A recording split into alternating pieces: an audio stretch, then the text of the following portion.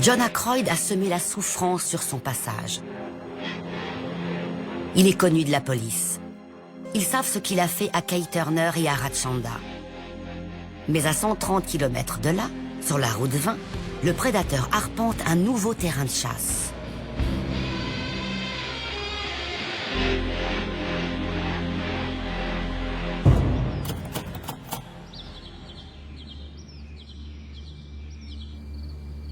Tout ce qu'on m'a dit, c'est « John Aykroyd sera rattaché à votre département. Mais ne dites à personne ce qu'il fait là. » Comme Ratchanda avait disparu dans des circonstances très étranges, la présence de John dans le secteur commençait à inquiéter un peu tout le monde. Tout le monde se disait la même chose. Qu'est-ce qu'il fait ici? La police voulait qu'il soit quelque part où il pouvait surveiller ses agissements. Mais c'était complètement idiot. Il était ce qu'on appelle un mécanicien itinérant. Il lui arrivait de faire 200 km par jour. Et il voulait le surveiller? C'est une blague.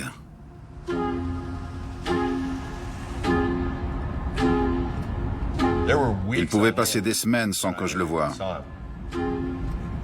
Il était sur la route, loin d'ici. Et John était loin d'être bête. Il savait pourquoi il était là.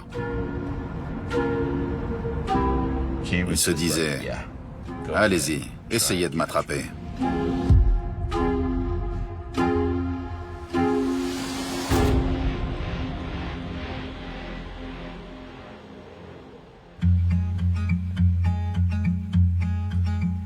Les villes de Lebanon et Sweet Home sont à 20 km l'une de l'autre. Et entre les deux, il n'y a rien. On appelle cet endroit le couloir. Il n'y a rien à faire à Lebanon, vraiment rien. Si ce n'est aller au Cherries. C'était un café sur la route 20. C'était la seule chose. On pouvait se poser, c'était tranquille. On passait un moment ensemble, on était contents de s'y retrouver. On s'amusait avec nos CB. On se parlait avec la radio. Toutes les voitures avaient des postes CB pour qu'on puisse communiquer. C'était un peu comme avoir un téléphone portable fixé dans la voiture. On pouvait discuter, on parlait facilement les uns avec les autres. Il suffisait de donner son pseudo. Moi, c'était Okiwan. Hé, Okiwan, tu me reçois? Salut, moi, c'est Madame Je sais tout. C'était mon surnom parce que j'étais au courant de tout. Il y avait Speed Demon, Speedwagon, Bunny, Rouleur de nuit, Grand public, GP. Je ne sais pas pourquoi elle avait choisi ce nom-là. Et c'est là, au Cherries, que j'ai rencontré John Aykroyd. Quand il s'est présenté, il a dit qu'il s'appelait le Pervers. C'était son pseudo pour la CB. Le Pervers. Et tout de suite, ça fait tilt. Pourquoi il balance ça direct devant un groupe de filles? Pourquoi? Ce type était bizarre. Il y avait quelque chose de pas normal. Les gens me disaient, vas-y, laisse-lui une chance, t'es trop méfiante. Bah oui, tiens, tu m'étonnes. Ce type se fait appeler le Pervers. Mais après ça, il ne nous a pas trop parlé. Les seuls à qui il parlait vraiment, c'était Melissa et Sheila. C'étaient des gamines. Elles étaient très mignonnes. Elles étaient drôles. C'était deux jeunes ados qui se marraient bien. On les prenait pour deux sœurs. Vous connaissez la chanson Girls Just Wanna Have Fun? Ça me fait penser à Melissa. Ouais. Elle aussi, elle ne pensait qu'à s'amuser. Elle égayait la pièce dès qu'elle arrivait quelque part. Ouais. Elle ne savait pas marcher, elle sautait dans tous les sens. Elle était pleine d'énergie. Ouais. Elle avait l'esprit à la fois country et rock'n'roll. Mais quand deux jeunes filles se rapprochent, elles peuvent devenir un peu rebelles.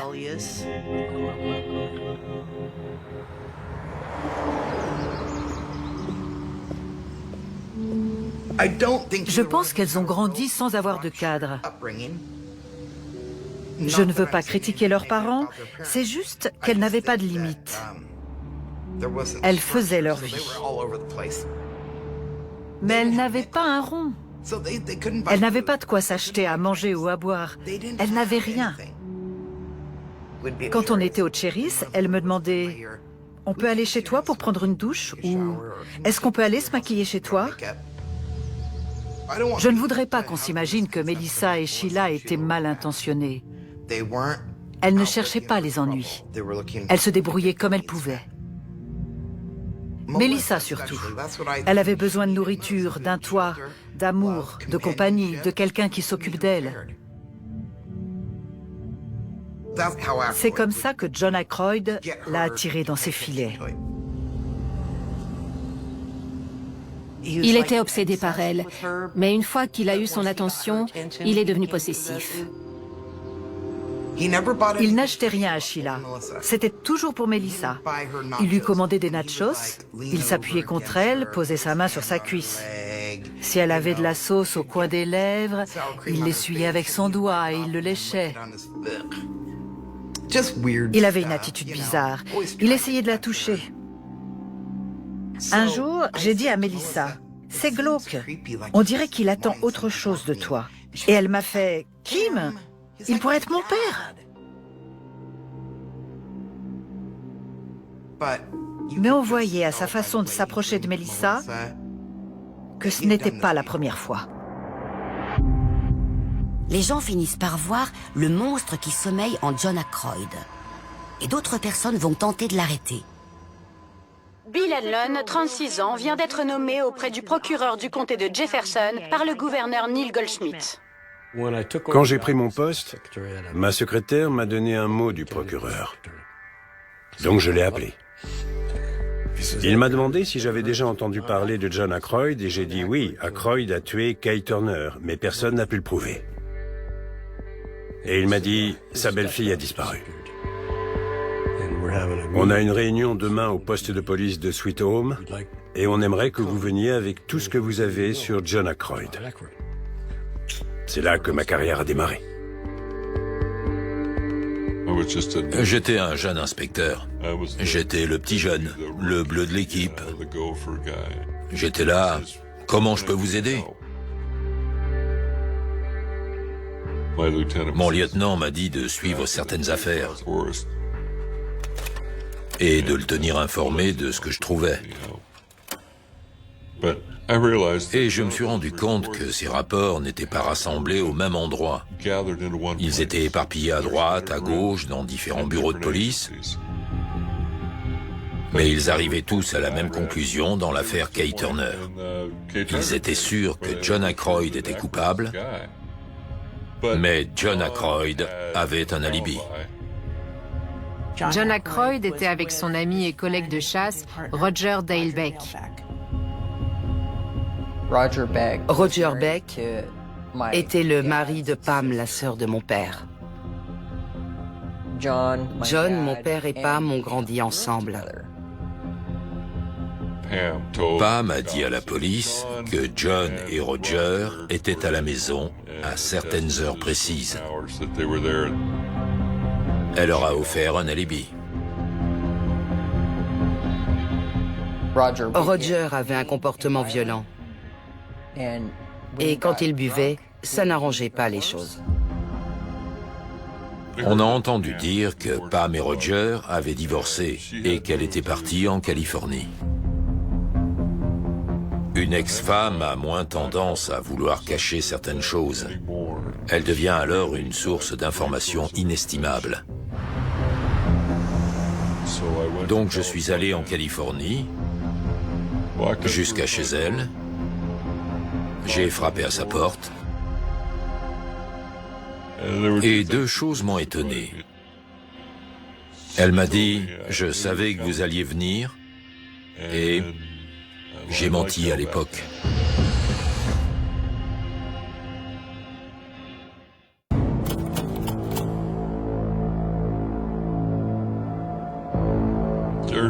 Parfois, on se retrouve dans certaines situations où on sent bien qu'on est au point de bascule, pile au centre.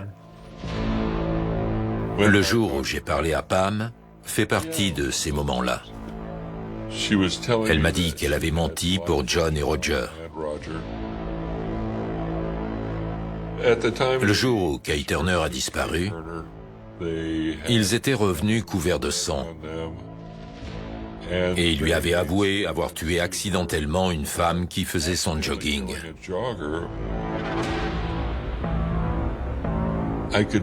J'ai senti les poils se dresser dans ma nuque pendant que je lui parlais, parce que j'ai compris à ce moment-là que mon intuition avait été bonne.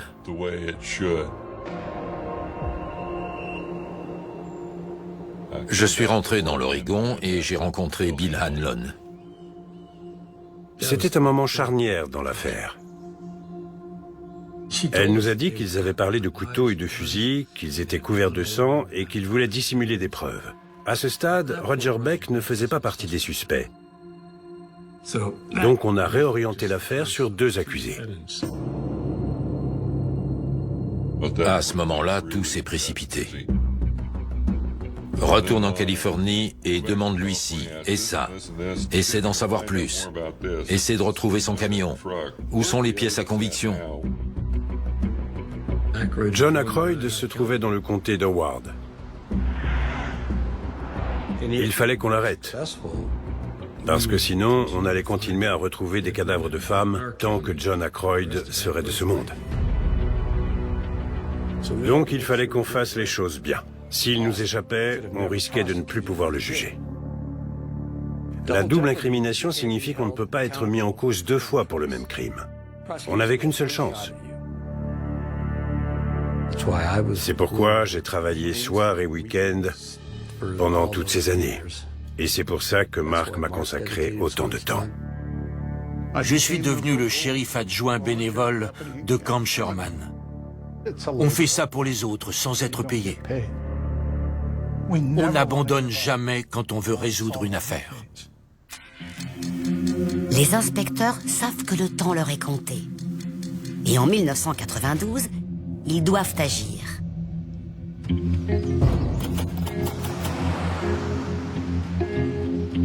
Melissa est venue me voir un jour et elle m'a dit qu'elle partait camper avec sa famille et que ça allait être super.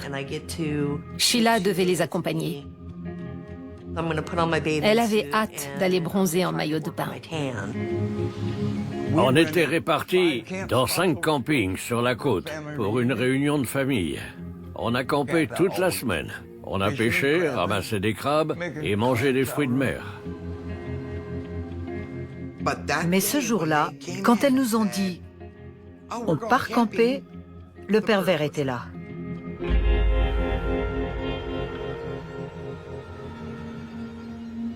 Et il a dit « Ah, mais vous campez où ?» Et elles ont répondu « On ne sait pas trop. Quelque part à Newport. » Et il leur a dit qu'il organisait une soirée à Newport le samedi soir. Donc elles allaient camper, et comme par hasard, ils faisaient une soirée le samedi à Newport. Et je me souviens avoir dit à Melissa et Sheila, ne sortez pas avec lui. Elles m'ont dit, mais pourquoi on ferait ça? Et j'ai vu au regard de Melissa qu'il se passait un truc. Et je lui ai dit, je ne plaisante pas.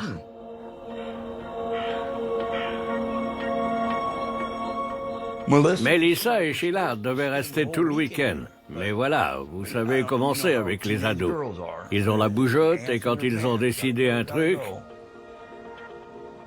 elles ont passé un moment dans la cabine téléphonique à appeler tous ceux qu'elles connaissaient pour qu'on vienne les chercher et qu'on les ramène à Sweet Home. Et c'est seulement 2 semaines plus tard que j'ai appris qu'elle n'était jamais rentrée. On pensait qu'elles avaient fugué parce qu'elles partaient souvent à droite, à gauche. Donc on se disait qu'elles allaient bien finir par rentrer. Melissa aurait appelé. Elle aurait appelé pour dire où elles étaient. Quand elles ont disparu, cette fois-là, personne n'a appelé. Les parents de Melissa sentaient bien que c'était pas normal. Les parents de Sheila aussi. Sheila téléphonait en général. La police a trouvé qu'on avait trop attendu, mais c'était pas surprenant qu'elle soit partie. C'était plus étrange qu'elle n'appelle pas. Et la police n'a pas pris l'affaire au sérieux. Ses parents appelaient sans arrêt. Ouais. Mais on ne les écoutait pas, comme si la police ne les prenait pas au sérieux. Pour la police, elles avaient simplement fait une fugue. Ils ont posé quelques questions à certaines personnes, mais ils n'ont rien trouvé d'intéressant.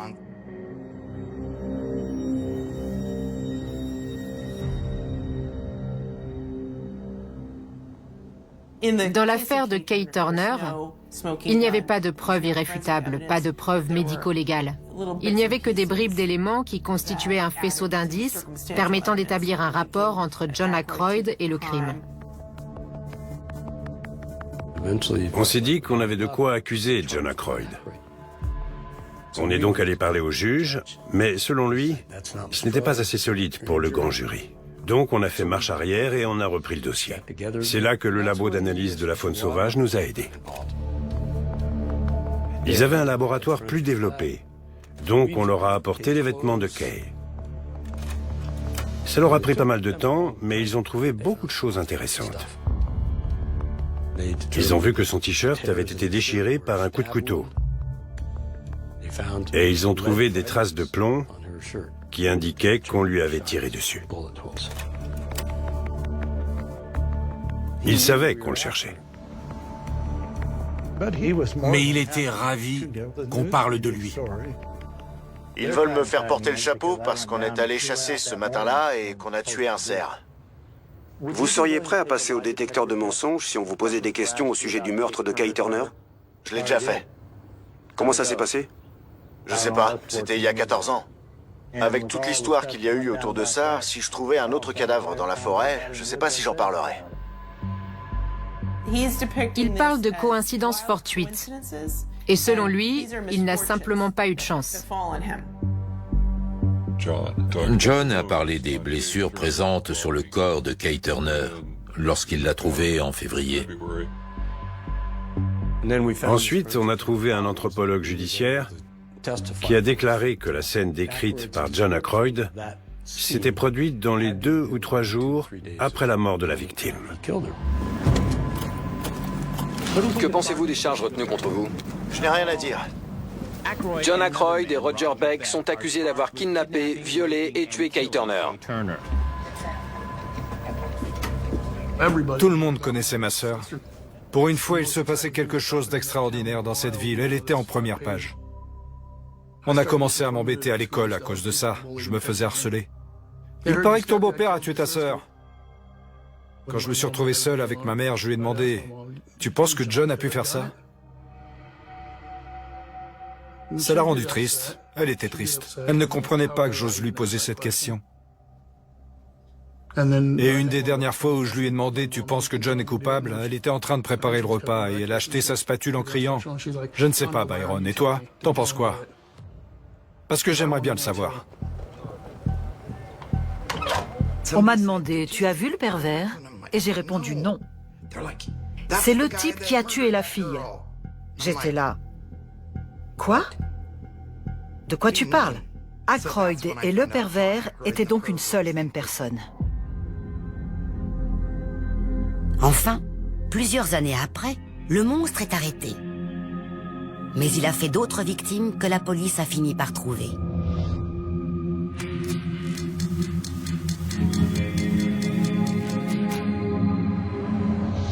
Ça faisait 5 mois que les filles avaient disparu quand ils ont retrouvé leur corps. C'était affreux. On espère qu'elles n'ont pas trop souffert. On aurait peut-être pu les aider, éviter que ça arrive. Toute cette histoire, ça fait toujours mal et ça me met en colère. C'est juste que... C'est triste et je ne me ferai jamais à l'idée parce que ce n'est pas normal. J'en fais des cauchemars encore aujourd'hui. J'entends sa voix qui m'appelle. C'est dur. Désolée.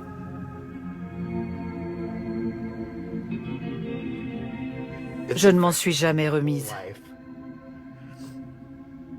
J'ai des enfants.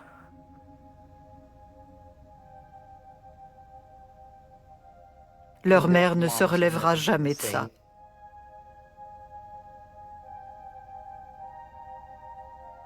Je savais que c'était lui.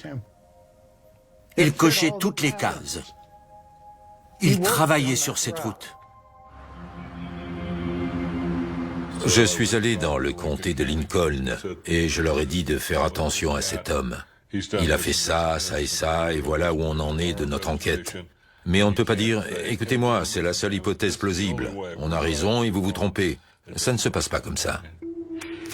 Ces deux jeunes femmes ne se réveilleront jamais. Réussiront-ils à arrêter ce monstre? Réussiront-ils à le piéger?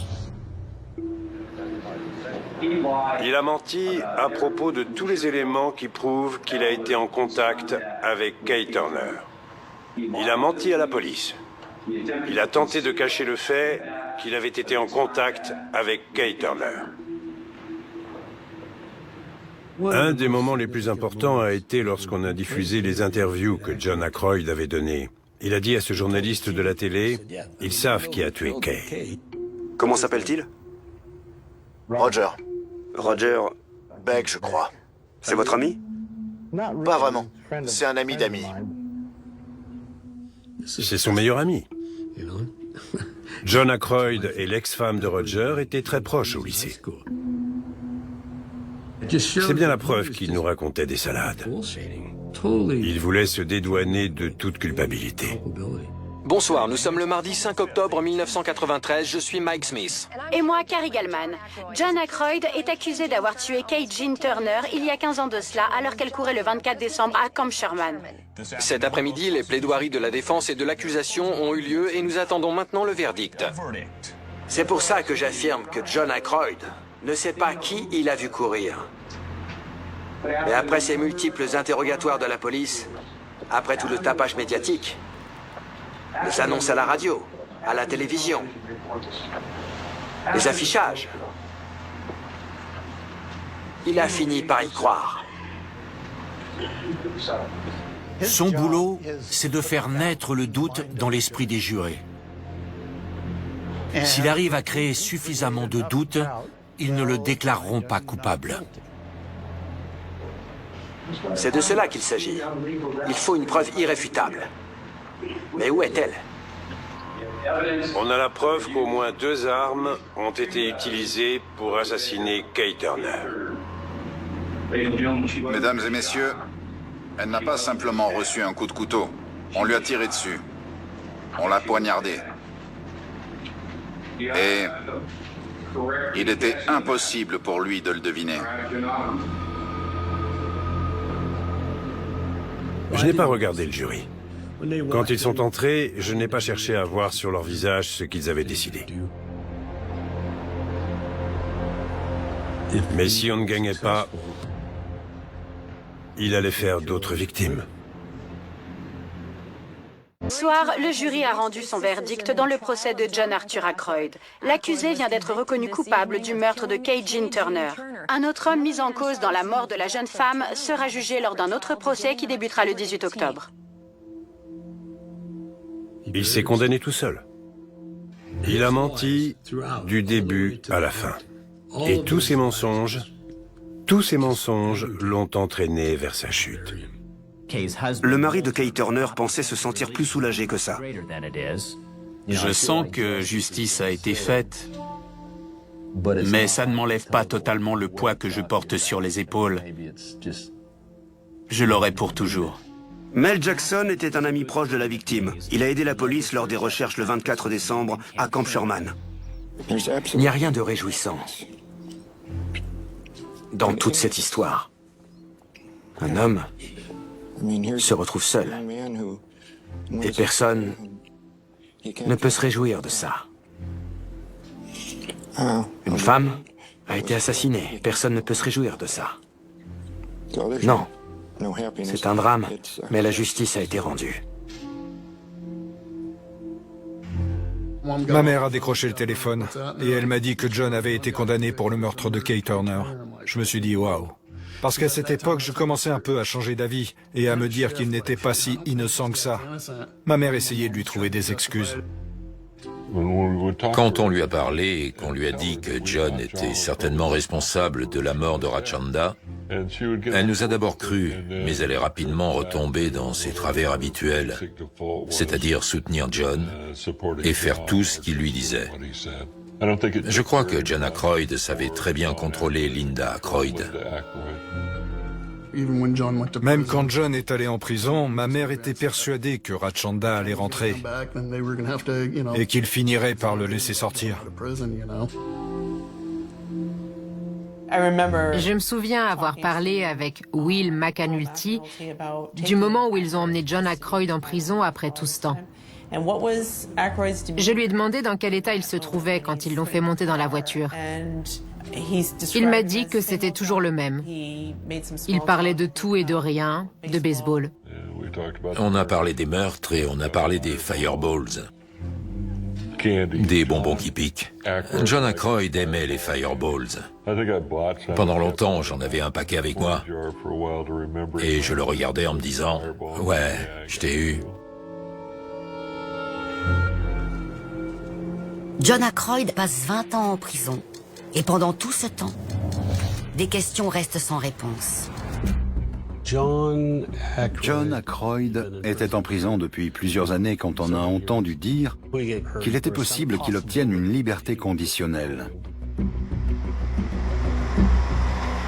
Dans ces affaires restées sans réponse, le temps est votre allié. Les gens changent et j'espérais qu'en allant parler à John Aykroyd, il changerait de discours. 20 novembre 2012. Comment faire pour que John Aykroyd me parle sans me raconter des bobards? Imaginons que celui qui a fait du mal à Rachanda soit en prison. Cette personne doit sûrement savoir où elle se trouve. On n'était pas loin de la période des fêtes de fin d'année, donc je lui ai dit, voilà ce que je vous propose. Vous nous dites où elle est, on la retrouve, vous nous emmenez sur place et on vous laisse passer Noël en famille. Quand on m'a arrêté, on m'a fait une proposition. Je devais passer 20 ans en prison si j'avouais le meurtre de Kay Turner et de Rachanda. Comme je l'ai dit à mon avocat, je l'aurais avoué tout de suite si j'avais commis un de ces deux meurtres. Je suis innocent. Et je continuerai de le dire jusqu'à la fin de mes jours. Et les autres? Quels autres? Les autres. De quoi vous parlez? Je veux parler des autres personnes qui sont mortes dans la région. Je n'ai jamais tué personne de toute ma vie. J'y ai pensé, mais je ne l'ai jamais fait. Il n'a pas mordu à l'hameçon. Donc, on a tenté de poursuivre John Aykroyd pour le meurtre de Rachanda. J'espérais qu'en échange d'une réduction de peine, ils finissent par nous dire où elle était.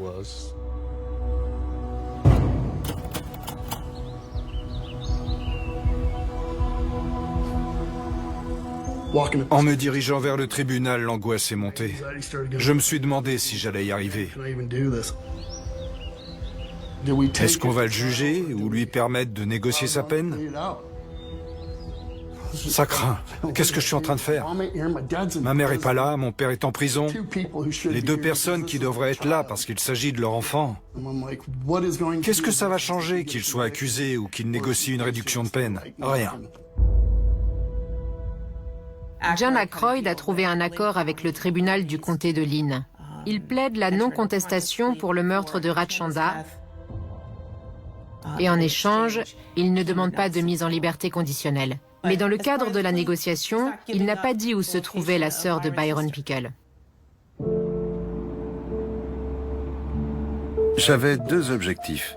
Que John Aykroyd reste en prison et que justice soit faite aux yeux de Byron Pickle en retrouvant le corps de Ratchanda. Et sur ce point-là, j'ai échoué. Byron a le droit qu'on l'aide à faire son deuil. John Ackroyd a plaidé comme il l'avait négocié, et le juge a tout de suite signé l'ordonnance de clôture du dossier. C'était très inhabituel parce que les négociations font généralement l'objet d'une déclaration publique. Les avocats chevronnés rompus aux tribunaux de l'Oregon ont déclaré dans le journal qu'ils n'avaient jamais vu ça. C'était déconcertant. Ça protégeait John Ackroyd. Est-ce que c'était souhaitable pour l'accusation? Je ne sais pas. Il m'a fallu du temps avant de prendre vraiment conscience que John avait tué ma sœur. C'est compliqué de se dire qu'une personne à laquelle vous teniez et une personne qui avait l'air de vous aimer a été capable de faire une chose aussi atroce et cruelle. Le fait qu'il plaide la non-contestation de l'accusation, c'est bien la preuve ultime que John a tué ma sœur. Si on vous accuse injustement d'un meurtre, vous n'allez pas le contester? Impossible.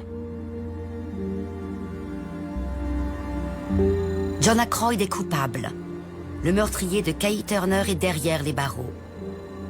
Mais qu'en est-il des autres victimes? Qui rendra justice à celles qui n'ont jamais été retrouvées et dont la mort reste inexplicable? On les a fait taire à jamais. Qui pourra faire entendre leur voix? J'étais retraitée du bureau du procureur et mon travail me manquait beaucoup. J'avais entendu dire que l'ancien procureur avait rouvert 3 affaires non classées et qu'il constituait un groupe de travail chargé de les reprendre. En mai 2009, je lui ai dit que je serais ravie de l'aider et de faire partie de ce groupe. On a commencé à étudier l'affaire Melissa Sanders et Sheila Swanson. Je voulais qu'on trouve un responsable pour la mort de Melissa et Sheila. Je voulais résoudre cette affaire pour elles, leur famille et toute la communauté. Il faut savoir qu'ils vivent avec cette ombre au-dessus de leur tête depuis la mort de ces jeunes filles.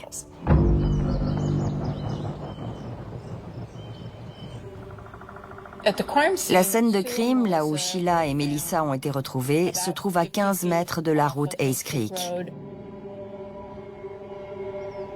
Je crois qu'un des corps se trouvait par ici et l'autre était à une quinzaine de mètres, de l'autre côté de cette butte. Le médecin légiste n'a pas pu déterminer la cause de la mort, mais il a constaté qu'il y avait de larges entailles au niveau du ventre de l'une d'entre elles et au niveau de la poitrine pour l'autre, qui s'apparentaient à des coups de couteau. Et près du corps de Sheila, ils ont retrouvé un morceau de rivet. Mais ça n'appartenait pas aux filles. Non. Qu'est-ce qu'elles feraient avec un rivet? Un mécanicien, par contre, c'est plausible. Ils ont également trouvé un couvre-siège en billes de bois. C'est un truc que tous les employés du département des transports avaient. Et il manquait sur le siège du camion de John Ackroyd.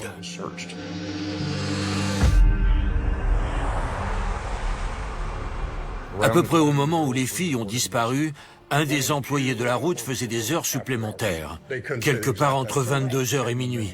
Ils ont entendu la porte claquer, donc ils sont allés voir qui c'était. Et ils ont vu John Ackroyd qui sortait de son camion, et il avait les bras couverts de sang séché, des mains jusqu'au coude, sur les 2 bras. Mais qu'est-ce qui t'est arrivé? Ça fait peur quand on voit ça. On pense d'abord que la personne s'est blessée.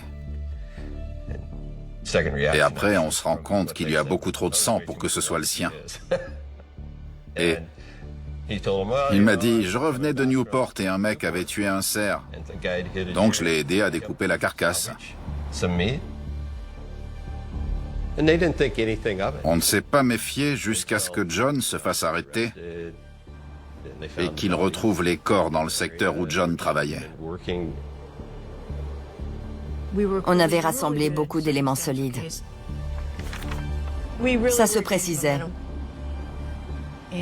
On avançait. Et brusquement, John Ackroyd meurt. Je ne m'y attendais pas du tout. Et ça nous a stoppés dans notre élan. On a échoué parce qu'il est mort. On n'est pas allé assez vite. On n'a pas été assez rapide.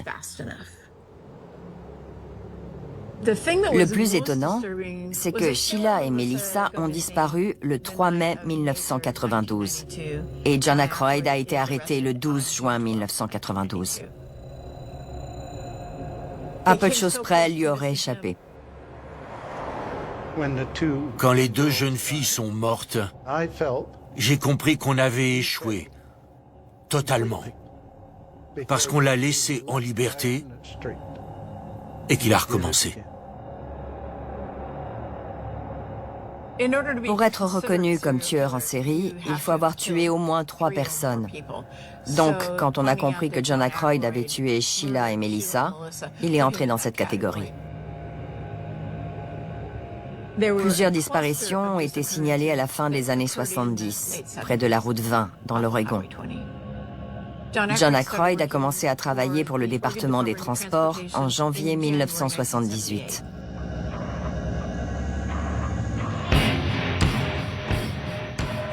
En tant que chauffeur pour le département, c'était facile pour lui de tomber sur des jeunes femmes perdues qui avaient besoin d'une assistance. Et elle lui faisait confiance. C'est un employé de l'État, il roule dans un véhicule professionnel. Elles étaient sur le bord de la route, en plein milieu de la nuit. Évidemment qu'elle pensait qu'il les conduirait en lieu sûr. Ce serait vraiment absurde de s'imaginer qu'un tueur en série rôde sur cette route au volant d'un camion du département pour enlever et assassiner des femmes. Je me demande combien d'autres femmes ont été assassinées ou ont disparu sans qu'on le sache, parce qu'il a passé pas mal de temps à sillonner cette route.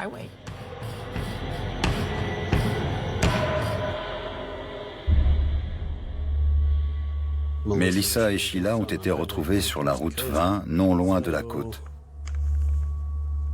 Et en remontant par ici, un peu plus haut, on trouve l'emplacement d'un squelette non identifié, l'inconnu du marais. On ne connaît pas son histoire parce qu'on ne sait pas qui c'est, on sait juste qu'elle avait moins de 30 ans. Et un peu plus loin, sur la route, à 15 km, on a retrouvé l'inconnu du ruisseau. C'est un autre squelette non identifié. Et par ici, c'est là qu'on a retrouvé Elizabeth Musler, près de la mise à l'eau de Cecil Creek. Elizabeth vivait dans la résidence étudiante Jolly Roger sur la route 20. La petite sœur de John Ackroyd vivait dans la même résidence. Un jour, elle sort de son appartement et elle attend sur le parking que son père vienne la chercher pour l'emmener chez l'ophtalmologue. À partir de là, on ne l'a jamais revue. Quelques kilomètres plus loin, on a Karen Lee et Rodney Grisham. Je crois qu'ils avaient fugué. On les a vus pour la dernière fois à Sweet Home. Karen Lee parlait au téléphone et elle a dit « Il faut que je te laisse, la voiture est là ». Les gardes forestiers ont trouvé des vêtements en 1978 qui appartenaient à Karen. Et environ 4 ans plus tard, à 400 mètres de là, on a retrouvé les vêtements de Rodney et quelques effets personnels. Ce sont des victimes dont les vêtements ou le corps ont été retrouvés dans le même secteur, près de la route 20, là où John Ackroyd travaillait, vivait, chassait et pêchait. Il connaissait très bien cette région, donc ces affaires sont depuis longtemps reliées à John Ackroyd. En ce qui concerne le meurtre de Kay Turner, un verdict a été rendu. 2 hommes ont été condamnés et ils sont allés en prison pendant très longtemps. Mais ce n'a pas été le cas pour les autres victimes. Ça n'a certainement pas été le cas pour Rachanda. Le procès a été clôturé très rapidement et n'a pas intéressé la presse. Et ça n'a pas été le cas pour Melissa Sanders et Sheila Swanson, dont personne ne s'est soucié aussi bien de leur vivant qu'après leur mort. Leurs familles n'accéderont jamais aux réponses ou à l'apaisement qu'un procès aurait pu leur apporter. Ça n'a pas été le cas pour Marlène, dont la plainte pour viol est restée dans un tiroir pendant des années. Elle a souffert en silence, sans qu'on lui donne les moyens de se réparer et de trouver la paix. Elle a été ignorée par ce système. Et le coût de tout cela est énorme pour toutes les femmes qu'il a croisées. Toutes ces affaires parlent de ce qu'il se passe quand on ignore la souffrance des femmes.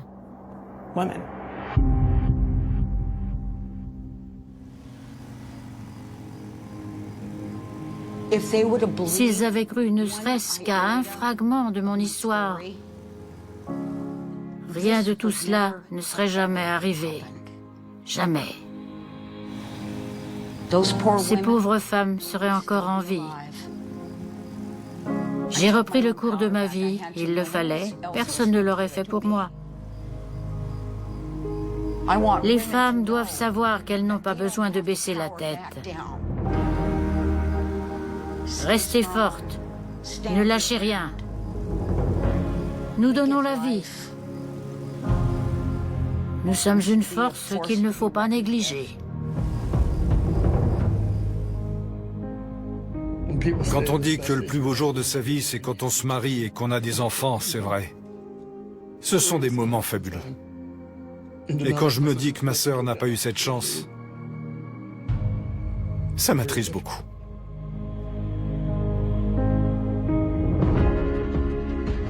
Je savais qu'en ayant des enfants, ma vie changerait. Quand je pense à ce jour-là, à ce que Rachanda a dû traverser, ça aurait pu être évité. Écoutez vos enfants. Si un enfant vient vous voir pour vous confier quelque chose, allez voir de quoi il s'agit. Parlez avec lui.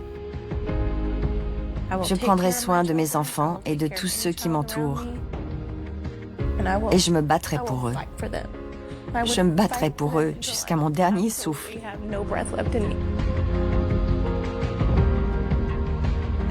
Si Rachanda avait eu des enfants, elle aurait fait la même chose. Elle leur aurait donné beaucoup d'amour et d'attention. Elle aurait changé la donne. Parce qu'on peut changer la donne.